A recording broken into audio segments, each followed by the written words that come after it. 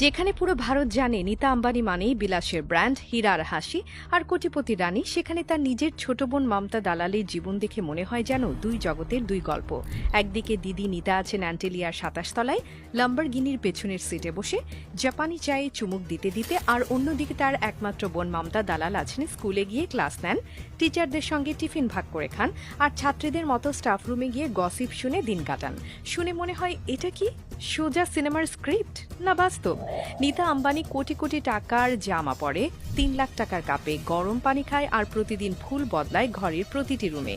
এদিকে মমতা দিদির বাড়ি থেকে বের হয়ে নিজের পুরনো মারুতি গাড়িতে চেপে স্কুলে যান। নীতা যেখানে বিউটি থেরাপি করে হিরে দিয়ে মুখ ঘষেন, মমতা সেখানে স্কুলের বাচ্চাদের জন্য আলফাবেট শেখান। মানে এতটাই মেরু প্রান্তের লাইফস্টাইল, যেটা এক বাড়ির দুই মেয়ের হতে পারে তা কেউ ভাবতেই পারবে না। সবচেয়ে মজার ব্যাপার, মমতা দালাল কোনো ইনফ্লুয়েন্সার বা ইউটিউবার না, তিনি একজন সাধারণ স্কুল শিক্ষিকা।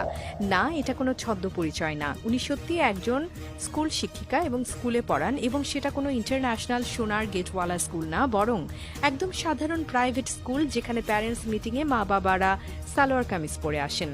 শোনা যায় মমতা নিজের কাজ, নিজের পরিচয় আর নিজের স্বাধীনতা নিয়ে এতটাই কনফিডেন্ট যে তিনি কখনোই নীতার বিলাসিতায় রাস্তায় হাঁটেননি। তিনি নিজের মতো থাকেন, নিজের মতো রোজগার করেন, আর মিডিয়ায় একদম নিখুঁতভাবে অদৃশ্য থাকেন। অথচ নীতার ছোট ভাইও সেলিব্রিটি, স্বামী তো ভারতের সবচেয়ে বড় ধনকুবের, ছেলে মেয়ে এক একটা ব্র্যান্ড, আর মমতা তিনি বাস করেন একদম শান্ত মধ্যবিত্ত জীবন। এখন প্রশ্ন ওঠে, এত বড় পরিবারের একমাত্র বোন হয়ে কেন মমতা আজও স্কুলে শিক্ষকতা করছেন? কেউ কেউ বলে এটা তার পছন্দ, কেউ বলে এটা আত্মসম্মান, কিন্তু গসিপারদের মতে এর পেছনে আছে একটু হিডেন ফ্যামিলি টুইস্ট। শোনা যায় একসময় মমতা আর নীতার মধ্যে পারিবারিক সম্পর্ক ছিল খুব ভালো, কিন্তু আম্বানি ফ্যামিলিতে ঢোকার পর নীতার লাইফ একদম পাল্টে যায়। সেখান থেকে মমতার সঙ্গে দূরত্ব তৈরি হয়, আর সেই ফাঁক থেকেই মমতা নিজের মতো একটা সিম্পল রানী লাইফ বেছে নেন।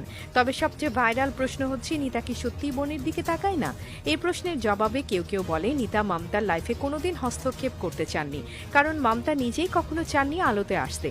আবার অনেকে বলে এত টাকা এত ক্ষমতার পরও যদি নিজের বোনকে একটা ফ্ল্যাট, একটা গাড়ি, একটা আলাদা মানের জীবন না দিতে পারো, তাহলে সেই ধন সম্পত্তি দিয়ে কি লাভ?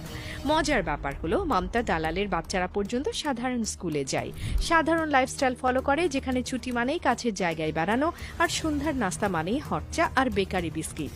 অথচ তাদের খালা মানে নীতা আম্বানি দুপুরে গোলাপ জাম খেতে দুবাই থেকে দুধ আনান।